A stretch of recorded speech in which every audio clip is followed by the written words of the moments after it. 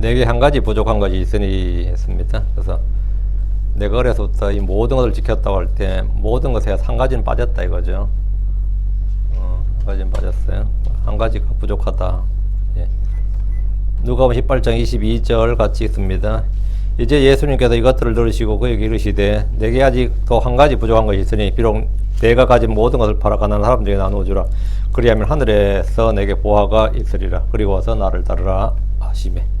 한 가지 부족한 것 잠깐 기도하고 이제 합시다.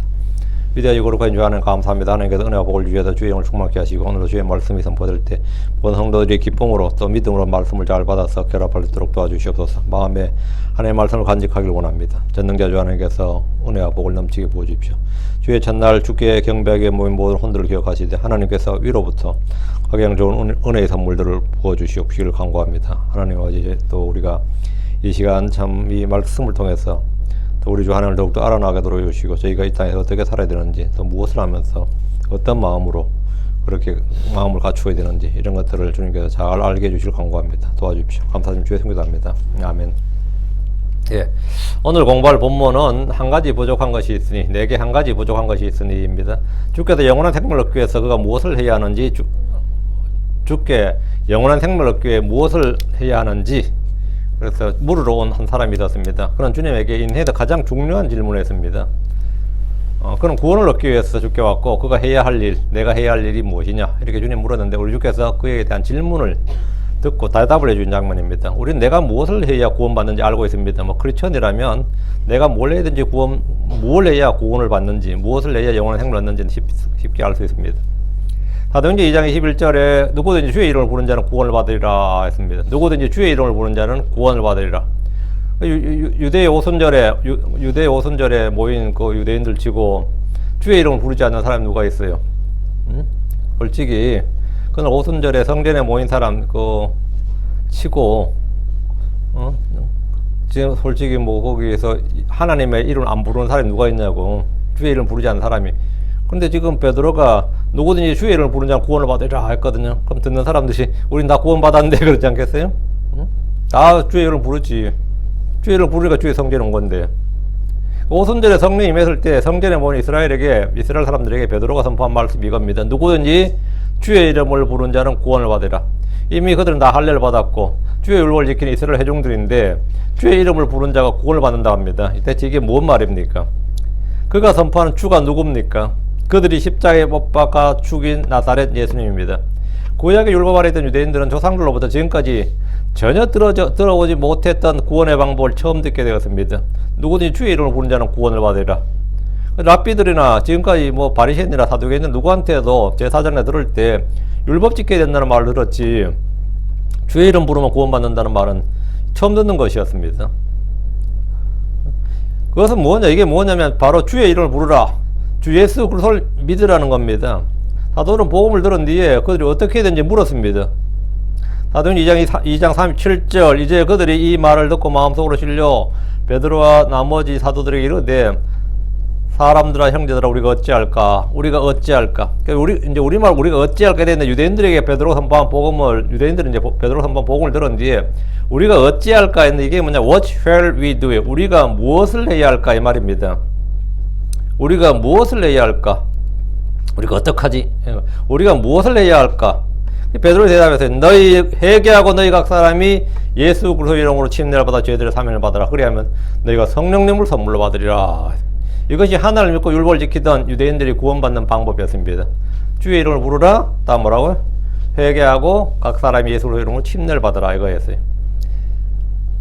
이것은 우리가 사도 바울이 이방인들에 전했던 복음, 우리가 지금 듣고 있는 그 사도 바울이 이방인들에 전했던 복음과 좀 차이가 있어 보입니다. 바울은 누구에게도 침례를 받으라, 뭐 회개하고 침례를 받으라 이건 이렇게 전하지는 않았습니다. 그냥 복음을 믿으라, 주 예수를 믿으라 이렇게 했습니다.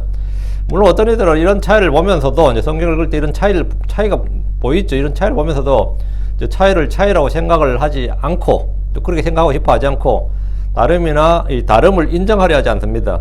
자, 한 구절 더 봅니다. 마태복음 19장 16절 17절 앞으로 와서 마태복음 19장 16절 17절 그리고 보라 어떤 사람이 와서 그분께 말하되 선한 선생님 내가 무슨 선한 일을 하여야 내가 영원한 생명을 얻으리까? 이 지금 거의 같은 병행 구절이에요. 오늘 본문하고 어떤 부자 청년이 죽게 나와서 영원한 생명을 얻는 방법을 물었습니다. 그가 무슨 선한 일을 하면 구원받을 수 있느냐는 겁니다. 내가 무슨 선한 일들을 하여야 내가 무슨 이 사람이 이 방법은 어느 정도 알고 있어요. 선한 일을 해야 구원받는다는 걸 알고 있어요. 근데 선한 일이 뭔지만 지금 알면 되는 거지. 뭐 믿으면 구원받는다 그런 건 아니고, 뭐 주의 이름을 불러야 구원받는다 그런 것도 아니고, 회개하고 침례받아야 구원받는다도 아니고, 내가 무슨 선한 일들을 해야 내가 영원한 생명을 얻으리까 하니까 예수님이 크게 오해하였도다. 그거는 선한 일과 상관없고, 예수를 믿어야 돼. 뭐 이런 게 아니란 말이야 지금. 그건 무슨 선한 일을 하면 구원받을 수 있느냐? 만약 누가 여러분에게 이런 질문을 하면 여러분 뭐라고 답하겠습니까? 뭐 회개하시오, 침례를 받으시오, 교회를 가시오, 뭐 복음을 믿으시오, 뭐 등등 뭔가 할 말들이 있을 겁니다.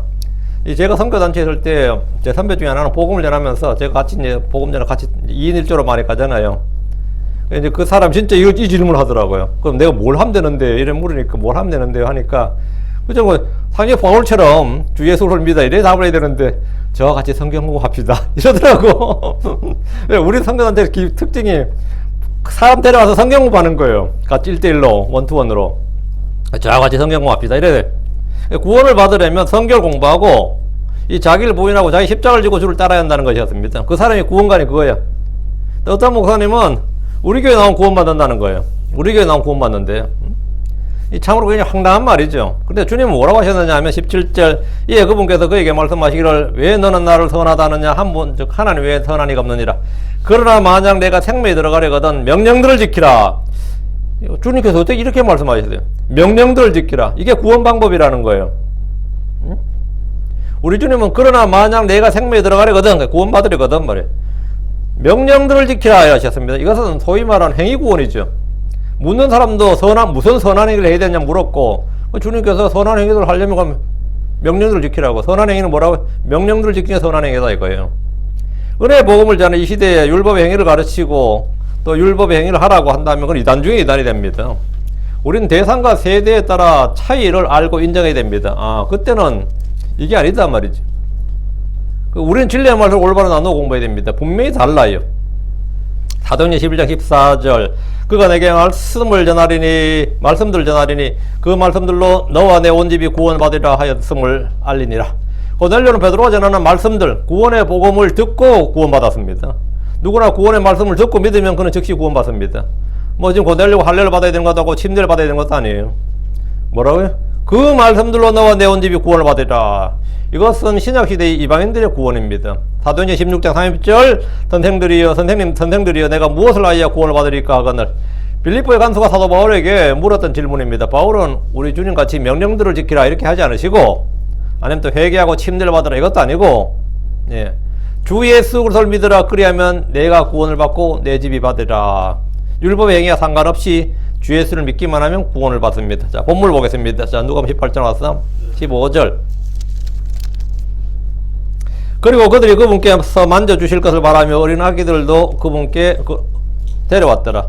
그러나 그분의 제자들이 그것을 보고 그들을 꾸짖었더라. 아이들을 가진 부모들이 예수님께 어린 아기들을 데려와서 그분이 만져주실 것을 바랐습니다. 아이들이 주님의 보호와 은혜와 호의를 입고 복을 받기를 바라는 것은 부모들의 심정은 자연스러운 거죠. 자연스러운 본능입니다.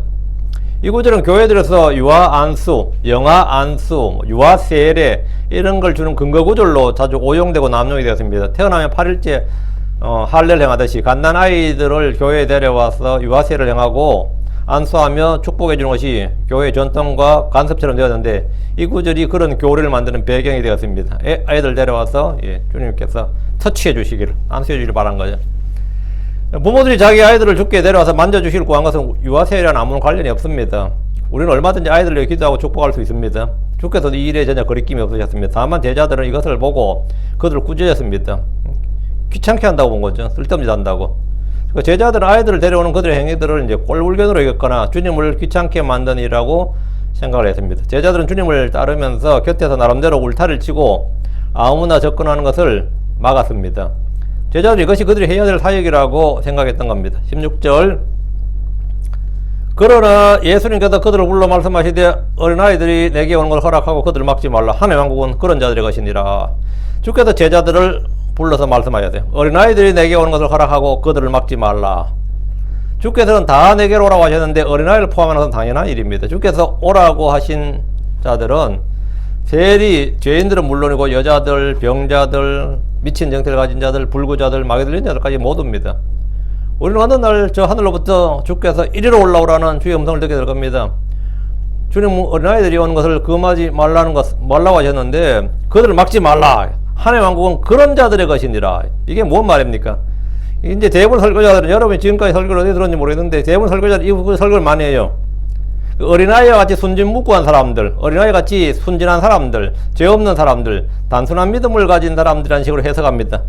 어린아이들은 순진무구한 게 아니고 전혀 어린아이들 순진무구하지 않습니다. 어린아이들은 어린아이처럼 어린아이 하면 유치하고 어리석고 단순하다는 말이 대부분 어리석은 자는 뜻입니다. 잘 속고 약하고 그게 어린아이예요. 쉽게 믿고 쉽게 속고. 우리가 알듯이 어린아이는 순진무구하지도 않고 죄가 없는 것도 아니고 단순하지 않습니다.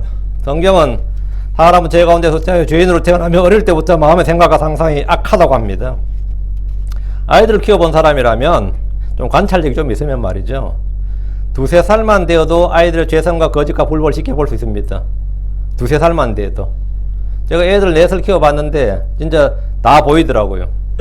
2~3살만 돼도 그 악함이 보여요. 반역이 보이고 불순종과 죄성이 보여요.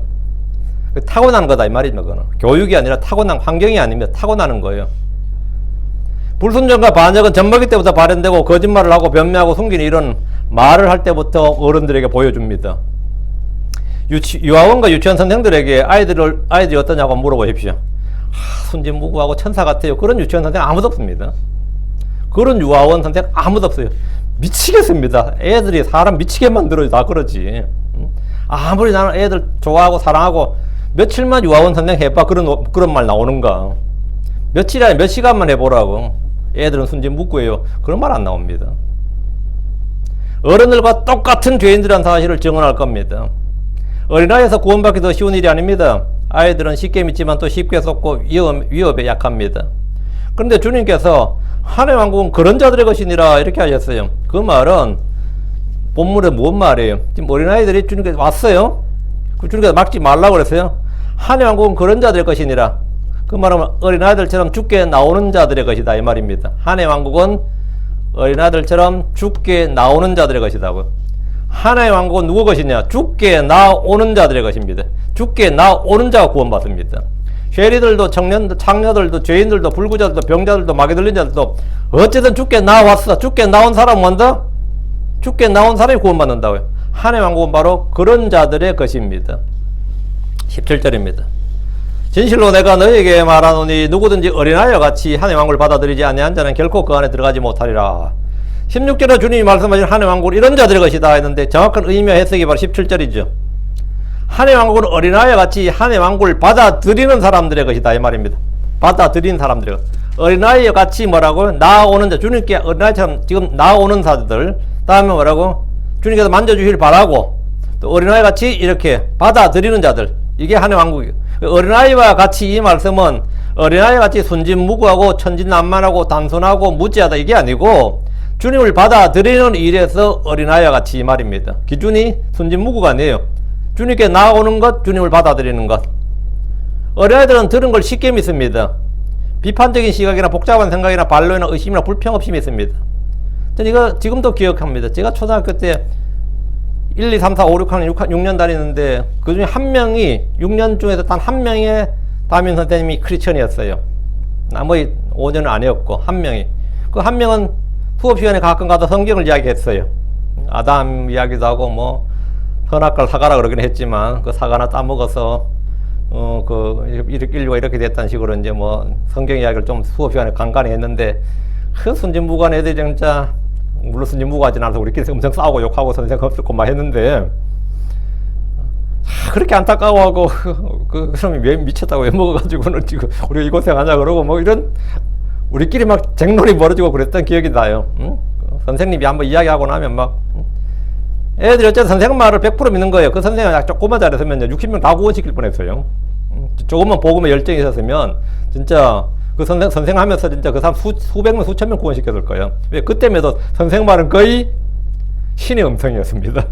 담임 선생님 말씀은 거의 신의 음성이었어요. 그 당시에도. 그때가 제가 76년, 77년 뭐 그때 같은데, 언저리 같은데, 불발 몇 년 전이야. 요즘 애들이 영악해서 뭐 그런 거 믿나, 그죠? 그때 사실 들은 걸 쉽게 믿었습니다. 비판적 시각, 복잡한 생각, 반론, 불평, 의심 없어요. 그러다가 이제 나이가 들면서 어릴 때 들었던 말에 대해서 의심도 하고 비판도 합니다. 그러다가 이제 불신을 하고. 어릴 때는 그냥 믿는 것이 보통입니다. 주의 말씀 한해 왕국은 그렇게 믿어야 들어갈 수 있습니다. 누구든지 어린아이 같이 이 말은 즉시 믿는다. 의심하지 않고 믿는다. 그걸 말해요. 어린아이들에게 산타는 없다고 말한 유치원 교사와 초등학교 교사가 해고된 일이 있는데 이거 해마다 있습니다. 미국에서도 있었고 호주에서도 있었고 뭐 뉴질랜드도 있었고 여러분 만약에 이거 구글 검색하면 신문기사 주룩 뜰 겁니다. 어디서 누가 산타는 없다고 그랬다가 쫓겨난 교사들 뭐 해고된 교사들 왜 쫓겨나? 제가 뭐죠? 산타가 없다는 게 진리를 말한 거 진실을 말한 건데 뭐가 쫓겨날 일이에요? 어린아이들의 동심을 파괴했다가 죄야. 어린아이들의 동심을 파괴했다. 어린아이들이 뭐예요? 산타가 있다고 믿는다 이거예요. 근데 아이들에게 진실을 말해줌으로써 거짓된 마음을 깬 것이 죄라고 교육부에서 자른 거예요. 아이들이 얼마나 쉽게 거짓을 믿느냐 말이에요. 얼마나. 거짓이 진리, 그건 거짓 진리 따지도 않는다고. 하여튼 무엇이든 단순하고 쉽게 믿듯이 주의 말씀을 들을 때도 그렇게 믿으면 잘 믿는 거다 이 말입니다. 본문으로 지금 누구든지 하나님의 왕국을 받아들이지 아니한 자는 결코 그 안에 들어갈 수 없다는 거. 누구든지 다시 태어나지 않으면 하나님의 왕국에 들어갈 수 없다. 예수님과 나오지 않으면 하나님의 왕국에 들어갈 수 없다. 예수를 주라 부르지 않으면 하나님의 왕국에 들어갈 수 없다. 이게 지금 성경 말씀이에요. 18절. 그리고 어떤 지리자가 그분께 여쭈어 말하기를 선한 선생님이여 내가 영원한 생명을 상속받으려면 무엇을 해야 하리까? 주께서 하나님의 왕국에 대해서 말씀하셨을 때 어떤 지리자가 이제 자기는 어른이잖아요. 그러니까 애처럼 뭐 증기 아니라 이제 좀 약간 수준이 있는 질문을 한 거예요. 어떤 지리자가 그 주제에 대해서 관심을 갖고 주께 물었습니다. 그럼 무엇을 해야, 어떤 일을 해야, 무엇을 해야 영원한 생명을 상속받느냐고. 선한 선생님이요 내가 영원한 생명을 상속받으려면 무엇을 해야 하리까? 지리자는 공직이나 관직에 있는 사람으로 권력자입니다. 지리자 룰러잖아요. 근데 이 사람은 또 23절에 보면 큰 부자라고 되어 있어요. 큰 부자. 그냥 어지간한 부자가 아니라 재벌이었던 거예요. 큰 부자였다. 돈과 권력을 다 가진 사람이었다 이 말입니다. 그런 그가 주님을 선한 선생님이라고 불렀습니다. 그리고 영원한 생명을 상속받는 법을 알고 싶어 했습니다. 이미 주께서 미리 답을 주셨습니다. 주께 나오는 자 어린아이처럼 하나님의 왕국을 받아들인 자는 하나님의 왕국에 들어갑니다. 그 말은 구원 영원한 생명을 얻는다는 말입니다. 근데 지금 18절은 뒷북을 좀 치고 있는 거죠. 지금 이미 어린아이처럼 이렇게 나오는 자 이렇게 받아들인 자는 뭐라고? 하나님의 왕국에 들어간다잖아요. 근데 지금 이 18절은 지금 그걸 무시하고 내가 어떻게 하면 들어가냐 이게 묻은 거예요. 19절 이에 예수님께서 그에게 말씀하시되 내가 어찌하여 나를 선하다 하느냐 한 분 곧 하나님 외에는 선한 이가 없느니라. 예수님은 지리자여 부자인 한 사람으로부터 영원한 생명을 얻는 법에 대해서 질문을 받으시고 내가 어찌하여 나를 선하다냐 이 어찌라는 말인데 어찌하여 이게 왜죠 왜 너는 왜 나를 선하다고 했느냐 이 말이에요. 어떻게 보면 질문의 핵심과 본질이 아닌 그 사람이 말실수나 말꼬투리를 잡는 것처럼 보입니다.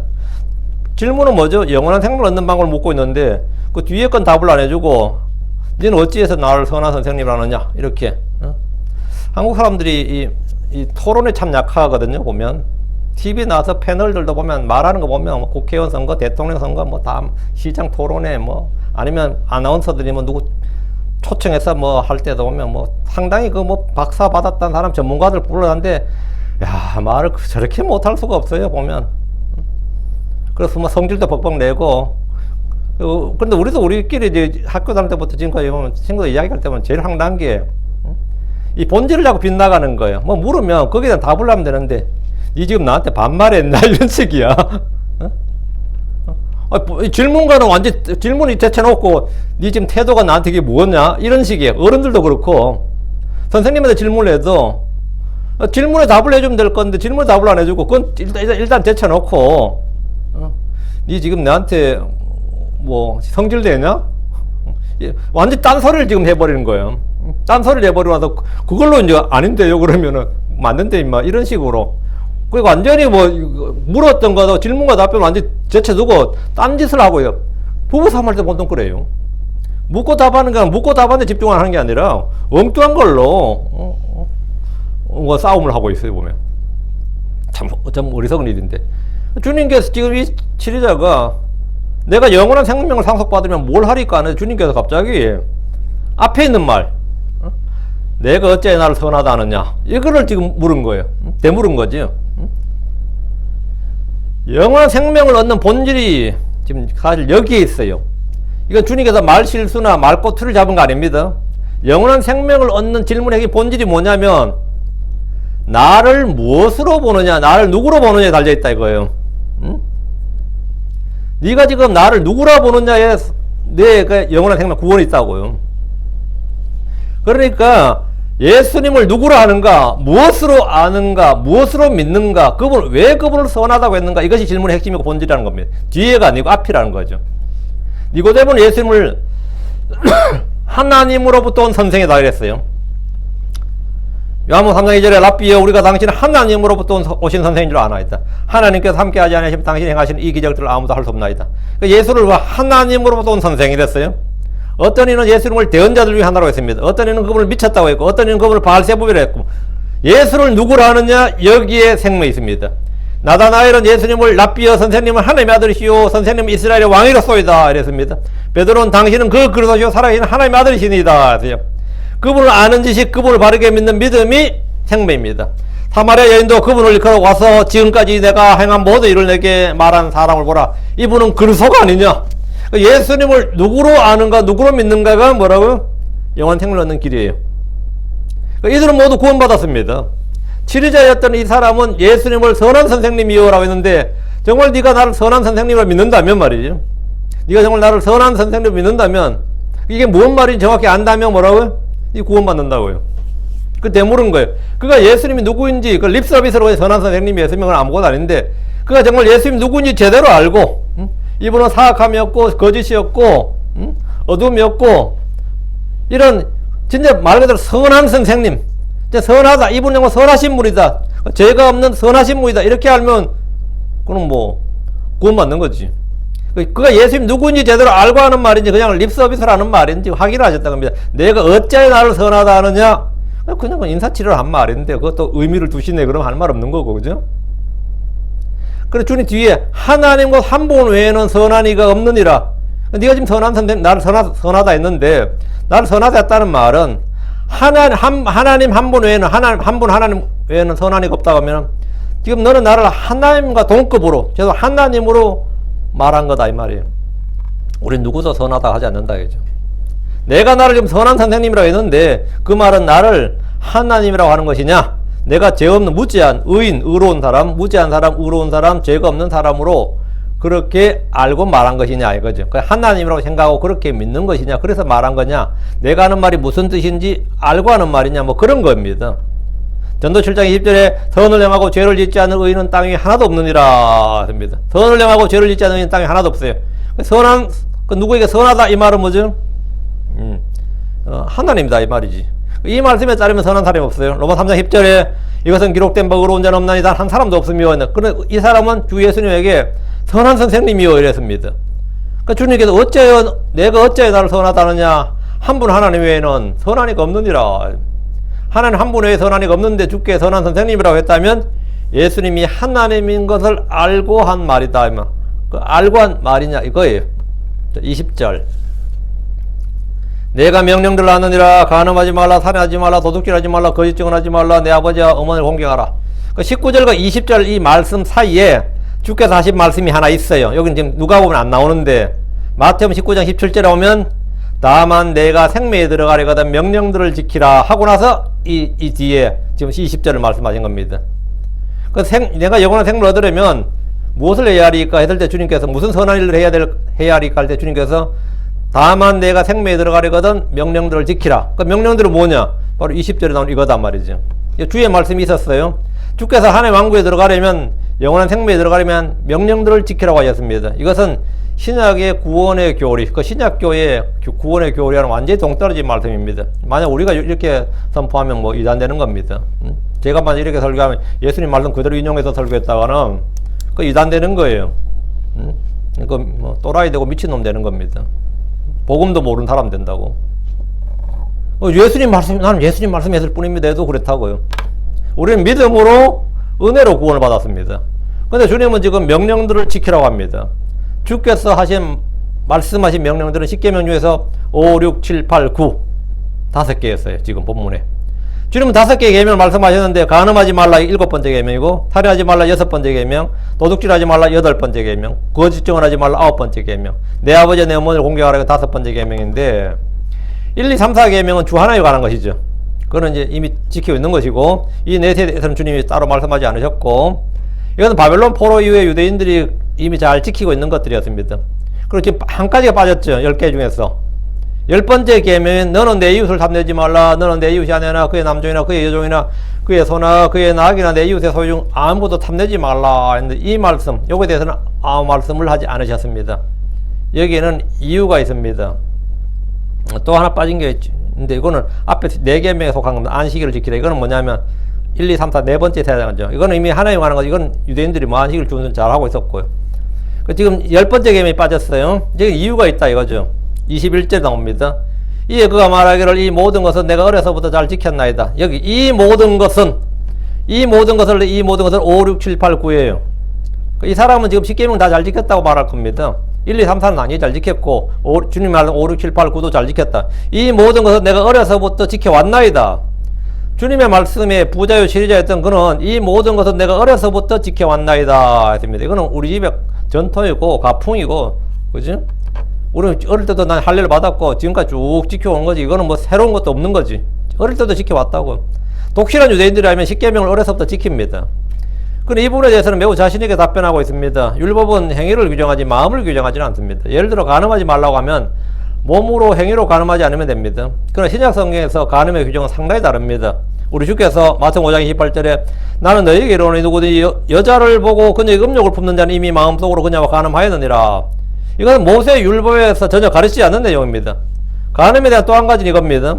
마감 10장 11절 12절 그분께서 그들에게 이르시되 누구든지 자기 아내를 버리고 다른 여자와 결혼한 자는 그녀를 대적하여 간음하며 또 여자가 자기 남편을 버리고 다른 남자와 결혼하면 간음하느니라.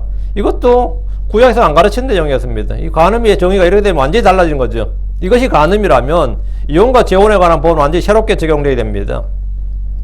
살인하지 말라는 명령도 구약과 달리 신약에서는 이렇게 됩니다. 요한일서 3장 15절 누구든지 자기 형제를 미워한 자는 살인한 자니. 이거는 율법에 따르면 이게 아닌데, 근데 신약에 따르면 누구든지 자기 형제를 미워하는 자는 살인한 자니 이랬단 말이죠. 구약이 몸과 행위를 다룬다면 신약은 마음과 생각, 즉 혼을 다룹니다. 주께서 영원한 생명에 대해서 물었던 그 사람은 이런 명령을 지키는 것이 구원이라면 충분히 자격이 갖추어진 사람이다. 행위에 관한 것만 하면.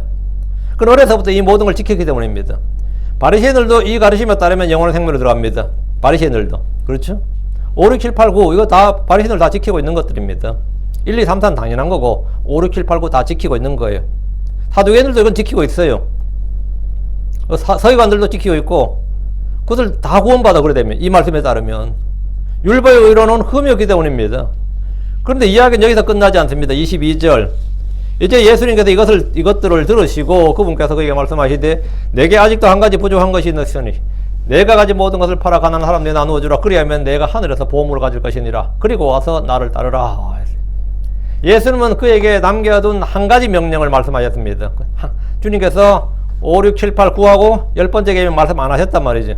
그 한 가지 이제 남겨놓은 거 내가 다 지켰다고 하니까 아직 한 가지를 말 안 했다 이거. 한 가지는 마지막에 10번째 계명을 말씀하시는 건데 내게 아직도 한 가지 부족한 것이 있으니 주님 어려서부터 율법을 지켜온 그에게 한 가지 부족한 것이 있다 이거예요. 그것은 바로 10번째 계명입니다.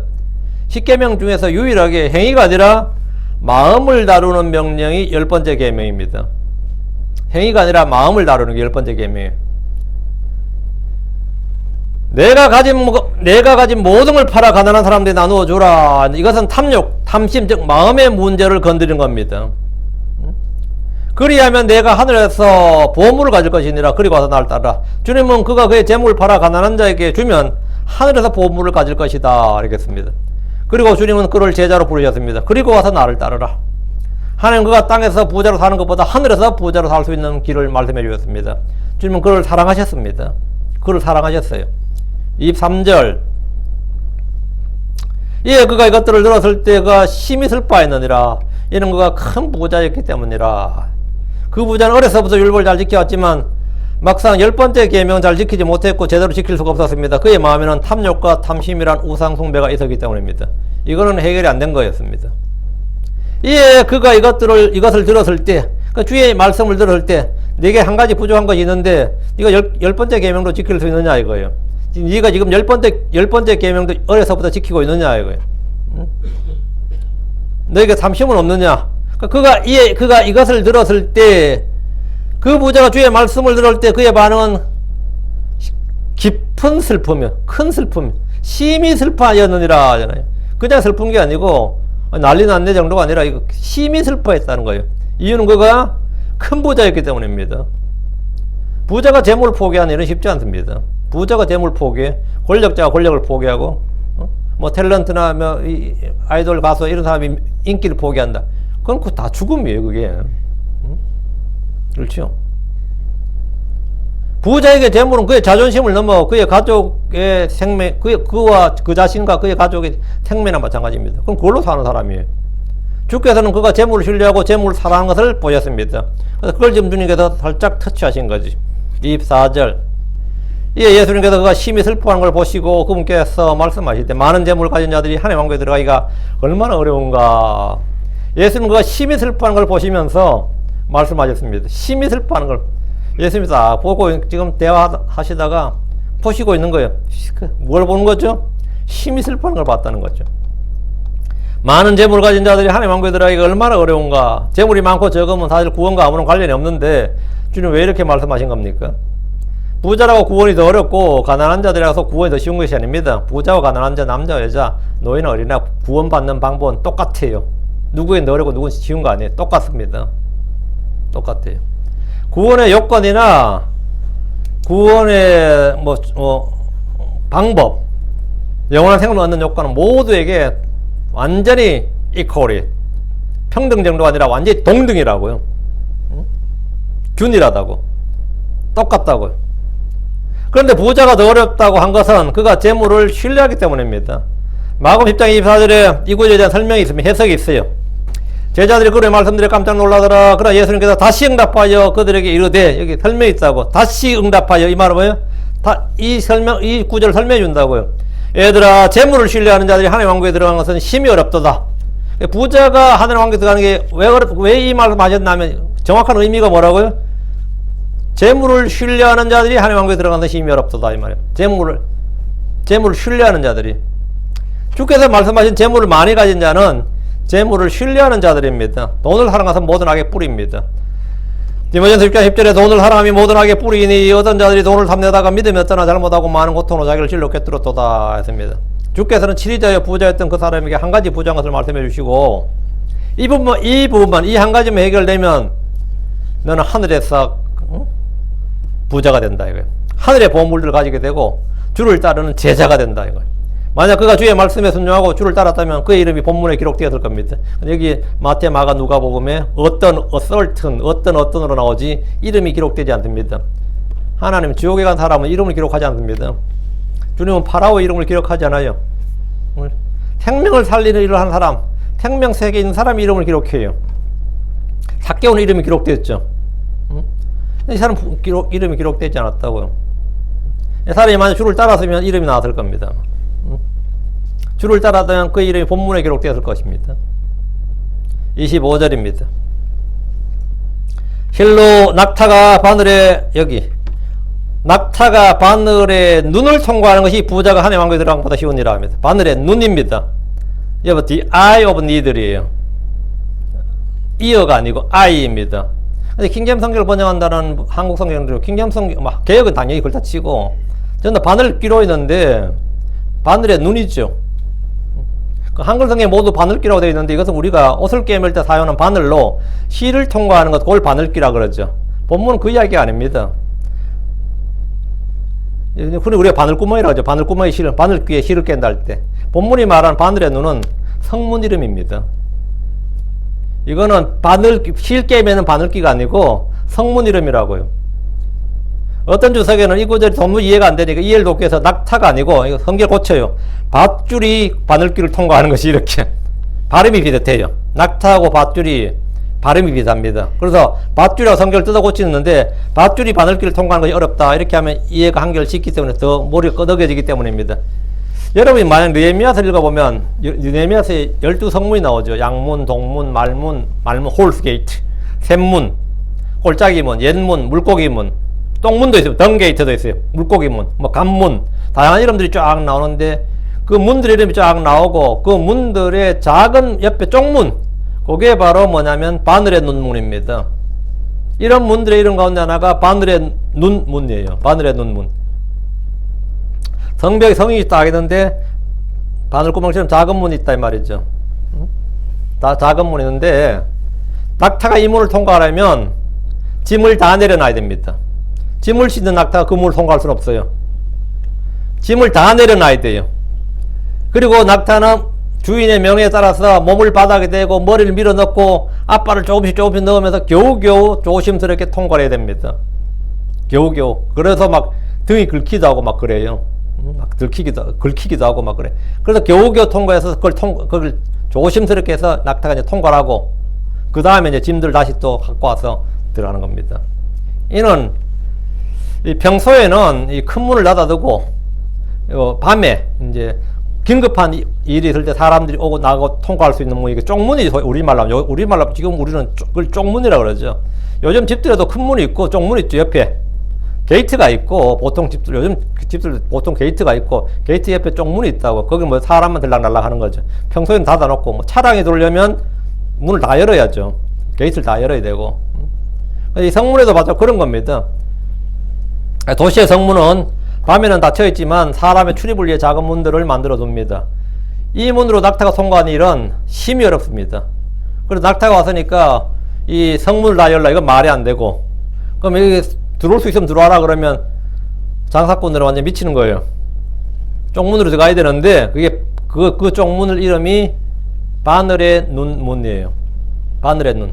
바늘의 눈을 통과해야 되는데 이 말입니다. 그럴 때 낙타의 짐을 다 내리고 낙타를 겨우겨우 집어넣는 겁니다. 그 낙타가 통과하고 풀어놨던 짐 다시 들어오고, 그 들어가려면 그거 가지고 모든 걸 다 내려놔야 된답니다. 그래서 상당히 어렵다고. 주께서 그 부자에게 이걸 말씀한 겁니다. 네가 가진 것을 다 팔아서, 이게 뭐 짐 다 내려놓고 네가 가진 소유 다 내려놓고 이 말입니다.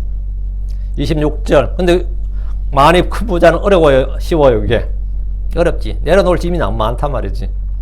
26절. 이에 그것을 들은 자들이 말하기를, 그러면 누가 구원을 받을 수 있으리요? 주의 말씀을 들은 자들이 말했습니다. 야, 뭐 재물 다 팔고 다 가난에 나눠주고 주를 따르라 그러면 그게 누가 구원 받느냐고. 그러면 누가 구원을 받을 수 있으리요?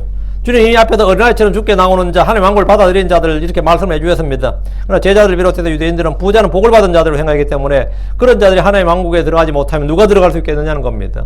그런 자들이 낙타가 바늘의 눈문을 통과하는 것만큼 어렵다면 누가 들어갈 수 있냐 이 말이에요. 어린아이도 들어갈 수 있고 창녀들과 세리도 들어갈 수 있습니다. 진리를 알지 못하면 늘 쓸데없는 걱정을 합니다. 진리를 모르면 늘 26절처럼 쓸데없는 질문을 해요. 27절. 또 그분께서 말씀하시되 사람들에게는 불가능한 것들이 하나님께는 가능하니라. 낙타가 바늘의 눈을 통과해 들어가는 일보다 부자가 하나님의 왕국에 들어가는 일이 어렵지만 그것이 진짜 불가능한 일이라고 하지 않습니다. 하나님께는 어려운 일이나 불가능한 일이 없습니다. 주를 제한하지 않고 주의 영을 제약하지 않고 주의 말씀을 불신하지 않는다면 주께는 모든 것이 가능합니다.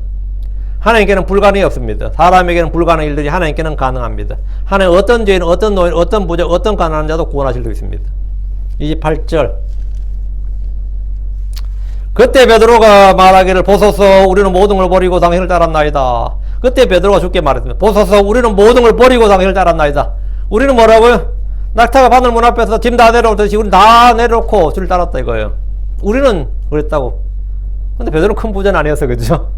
그래도 이것도 큰 결단이. 베드로를 비롯한 사도들은 큰 부자가 아니었을지라도 그들이 가진 모든 것을 버리고 주를 따랐습니다. 직업을 버렸잖아요. 일단 생업을 버렸지. 낙타가 바늘의 눈이란 문을 통과하기 위해서 모든 걸 내려놓듯이 그들은 모든 걸 내려놓았습니다. 그들은 이 세상의 삶의 일에 얽매이지 않았습니다. 그들은 생업을 포기했습니다. 가족들도 버려두고 주를 따랐습니다. 이는 가감없이 사실입니다. 이 말을 문자 그대로 모방한 이들이 간혹 있습니다. 그래서 가족을 버리고 주를 따랐다고 자랑스러운 간증을 하는 이들이 있지만 이것은 잘한 일이 아니라 미친 짓을 하고 있는 겁니다. 지금 성도들은 가족을 돌봐야 되고 부장해야 됩니다. 남자들은 자기 손으로 일을 해서 식탁에 빵을 가져와야 됩니다. 크리스천들하고 해서 일을 하는 것에서 면제되는 것이 아닙니다. 데살로니가서 3장 10절에 우리가 너희 함께 있었을 때에도 너희에게 같이 명령하여 누구든지 일하려 하지 아니하거든 먹지도 말라고 하였노라. 한대로 성도들이 일할 것을 명령합니다. 데살로니가 4장 11절에 또 우리가 너희에게 명령같이 너희는 조용히 지내면 너희 일을 하고 너희 손으로 일하기를 힘쓰라. 너희 일을 하고 너희 손으로 일하기를 힘쓰라. 에베소 4장 28절에 노동을 하여 궁핍한 자에게 줄 수 있도록 자기 손으로 선한 일을 할지니라. 자기 손으로 일을 하라고요. 나는 모든 걸 버려두고 주를 따랐나이다 하면서 그러면 안 됩니다. 29절. 예, 그분께서 그들에게 말씀하시되 진실로 내가 너희에게 말하노니 하나님 왕국을 위하여 집이나 부모나 형제나 아내나 자녀를 버린 어떤 사람도 주께서 제자들의 헌신과 희생과 섬김에 대해서 위대한 보상을 약속하셨습니다. 하나님 왕국을 위해 집이나 부모나 형제나 아내나 자녀를 버린 사람 누구든지 하나님의 보상이 있다는 겁니다. 주를 위해 뭔가를 드린 사람은 주께 받을 것이 있습니다. 주께서는 성도들의 섬김과 수고를 결코 잊지 않습니다. 주의 일을 넘치게 하십시오. 어떤 수고도 주 안에서 헛되지 않습니다. 30절. 이 현 시대에서, 여기 언더란, 이 현 시대에서, 하늘에서, 내세에서 이러면 우리가 쉽게 이해가 되는데, 지금 이 부분, 이 현 시대에서 여러 배를 받지 못할 사람이 없을 것이요, 또 오는 세상에서 영존한 생명을 받지 못할 사람이 없으리라. 이 현 시대에서. 이 현 시대에서 여러 배를 받는다는 것은 물질적인 보상과 성공과 형통과 명예와 장수와 건강 같은 현세적인 것의 보상을 말하는 것이 아닙니다. 이 현 시대에서 우리는 하나님의 은혜와 하나님의 성품과 권능과 성령의 선물과 열매, 구원과 영원한 생명과 하나님의 양자됨, 상속자가 되는 그런 영적인 복들을 받게 된다 이 말입니다. 그게 여러 배. 마가복음에는 100배라고 되어 있어요. 100배. 탐욕의 종, 정욕의 종, 쾌락의 종으로 사는 사람은 아무리 크고 많은 것을 얻어도 만족이나 기쁨이 없지만 성도들은 먹고 입을 것만 있어도 만족할 수 있고 기쁨과 평강과 잘 누릴 수 있습니다. 누가복음에 지금 여러 배를 받지 못할 사람이 없을 것이요 이래 돼 있고, 마가복음에는 100배라고, 이 여러 배가 몇 배냐면 100배라고 구체적인 수를 밝히고 있습니다. 여러분 크리스천이 된 후에 주를 위해서 무엇을 포기하고 버려본 적이 있습니까? 제가 있던 선교단체에서는 주를 위해서, 선교를 위해서 좋은 직장, 학교를 포기하는 형제 자매들이 굉장히 많았습니다. 정말 많았어요. 우리 대학마다 이 센터가 있었거든요.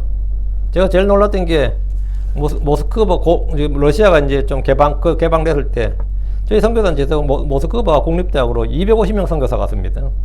250명. 그 250명이 뭘로 갔을 것 같아요? 갑자기 러시아 배운 것도 아니잖아.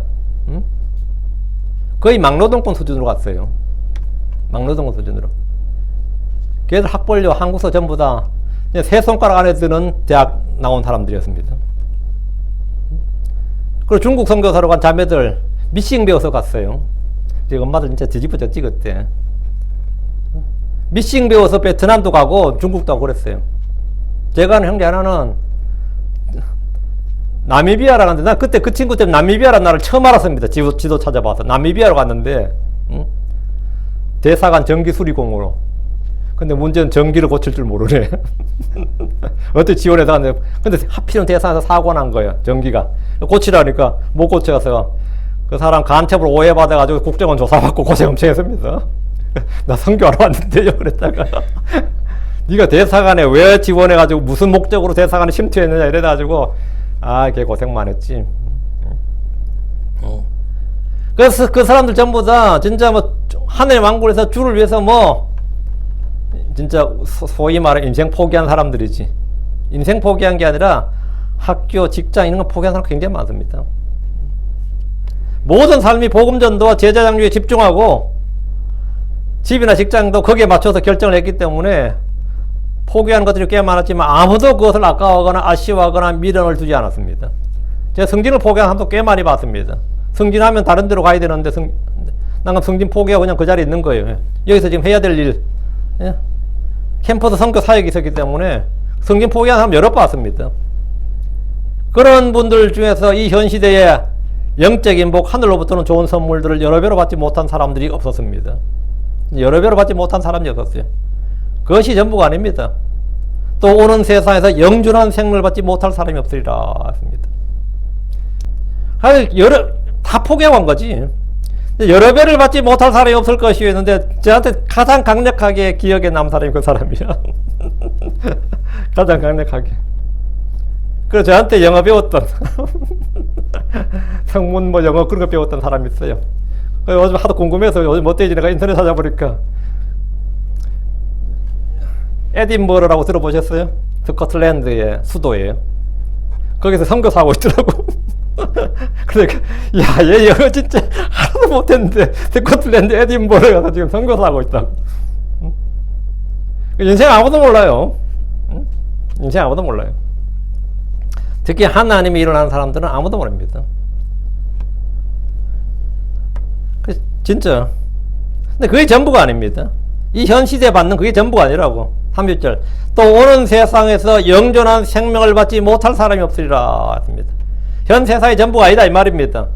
그들은 오는 세상에서 영존한 생명을 얻습니다. 이미 우리 주 예수님을 믿음으로 이 생명을 얻었습니다. 오는 세상에서 우리는 주께서 주시는 보상, 영광, 상속을 얻습니다. 이것은 지금 받는 고난과 좋게 비교할 수가 없습니다. 로마서 8장 18절에 내가 생각하건대 이 현 시대의 고난들은 앞으로 우리 안에 나타날 영광과 좋게 비교될 수 없도다 했습니다. 주를 위해서 일한 사람 그 수고, 섬김, 헌신, 희생 여러분이 뭐라고 말하든지 간에 그것들은 전부 다 여러 배의 보상으로 돌아옵니다. 여러 배의 보상 돌아옵니다. 예. 그럼 만약 현 시대에 못 받으면 걱정하지 마세요. 오는 세상이 있습니다. 오는 세상에서 받습니다. 오늘은 예, 한 가지 보조한 것, 예, 어느 부자가 주님 앞에서 그 율법을 잘 지키는 어느 부자예요. 깽판 치는 어느 부자가 아니고 방탕한 부자가 아니라 율법을 어려서부터 율법을 잘 지켜왔던 그리고 영원한 생명에 관심을 가졌던 어느 부자가 예, 주님 앞에 나왔는데 주님께서 예, 말씀하신 장면입니다. 사실 우리가 율법을 지키고 맞는 뭐 신약 시대 교리 그건 아니에요. 이거는 지금 전혀 그 이야기는 아닙니다. 예. 아마 우리 여기서 예, 교훈과 훈계를 받을 수는 있는 거지. 예. 잠깐 기도합시다.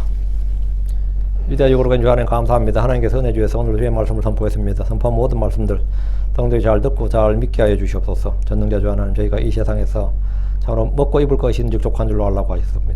저희가 믿음에 부유한 자가 되게 해 주시옵소서. 그리고 주님께서 부어주신 성령과 사랑과 은혜와 이런 것들이 저희 속에 차고 넘치게 해주시길 간구합니다. 아버지 하나님 저희가 참으로 이 땅에서 주님을 위해서 수고하고 주님을 위해서 일하는 것을 좀 아쉬워하거나 또 안타까워하지 않고 오히려 기쁨으로 감당할 수 있게 해주시고 이런 모든 것의 일에 대해서 주님 너희가 각 사람이 행한 대로 각 사람이 일한 대로 주님께서 그 수고에 따라 갚으신다고 하셨는데 저희가 30배, 60배, 100배의 열매를 맺고 또 주님으로부터 그런 것들을 받을 수 있도록 인도하여 주시옵소서. 저희가 시간을 헛되이 쓰지 않도록 해주시길 간구합니다. 감사드리며 주의 성기도합니다. 아멘.